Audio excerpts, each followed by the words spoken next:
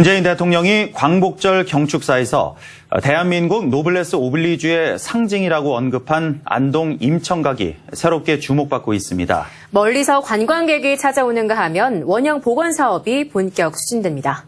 이호영 기자입니다. 보물 182호 안동 임청각. 바로 앞 중앙선 철로로 하루에도 수십 차례 기차가 다니면서 진동과 소음이 일어납니다. 철로가 임청각을 가로막은 것은 1942년 일제강점기 때 임청각 마당에 중앙선 철도 개설 이후 지금까지 70년이 넘었습니다. 문재인 대통령이 광복절 경축사에서 99칸의 대저택이 반토막난 상태라고 언급한 그대로입니다. 국회의원이었던 문 대통령은 지난해 5월 27일 홀로 임청각을 찾아 석주 이상용 선생의 증손자로부터 임청각의 현실을 들었습니다. 그리고 임청각의 완전한 복원을 다짐한다는 글을 남겼습니다. 해방 후에도 이런 거 하나 제대로 좀 복원하지 못하고 이렇게 방치하고 있고, 그다음에 이 집의 소유권 문제까지도 해결해드리지 못하고 이런 부분은 참 후손들로서 참 부끄러운 일이라고 생각을 합니다. 임시정부 초대 국무령을 지냈던 독립운동가 석주 이상용 선생의 생가인 임청각은 지금의 철로와 도로 부분을 포함한 대저택이었습니다. 선생은 50 넘은 나이에 임청각 등 전 가산을 처분하고 만주로 망명해 신흥무관학교를 세우고 무장 독립운동의 토대를 만들었습니다.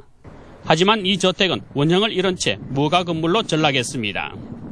해방 70년이 넘도록 이 건물이 소유권과 등기도 되지 않은 무화 건물로 남아 있습니다. 참 안타까운 일입니다. 광복절 경축사에 대통령이 임청각의 가슴 아픈 사연을 언급하면서 이곳을 찾는 외지 관광객이 크게 늘었습니다. 일제가 그거를 막기 위해서 집에 철도를 놔서 끊어놨다.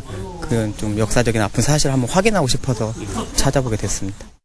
안동시도 중앙선 복선 전철화 사업으로 철로가 폐선되는 2020년에 맞춰 완전한 원형 복원 사업에 나설 계획입니다. 중앙정부와 협력을 해서 임청각의 원형 복원뿐만 아니라 기념관 등을 이렇게 건립할 그런 예정으로 있고, 또 우리 지역이 또 많은 독립운동의 흔적들이 지금 남아 있습니다. 이런 흔적들을 발굴을 해서 안동댐 도로 옆에 있는 임청각 표지석입니다. 이곳에서 임청각을 보기 위해서는 이처럼 철길 밑에 있는 작은 통로를 통과해야 합니다.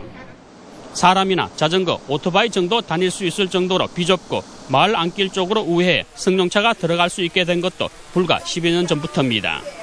9명의 독립운동가를 배출한 임청각의 현 모습을 두고 문재인 대통령은 대한민국의 현실이라고 했습니다.